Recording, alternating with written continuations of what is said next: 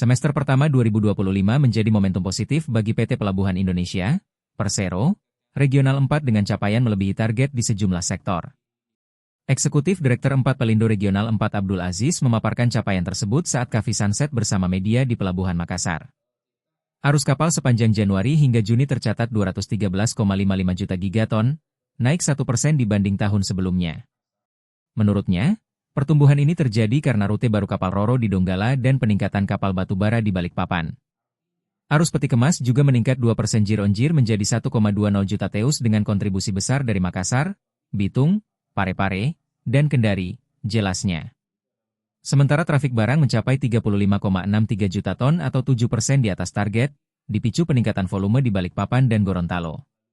Sektor penumpang pun tumbuh 17% year-on-year dengan 4,16 juta orang, berkat penerapan digitalisasi di Pelabuhan Ternate.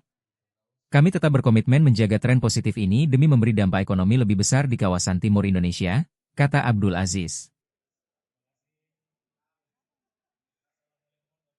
Download Tribun X sekarang, menghadirkan lokal menjadi Indonesia.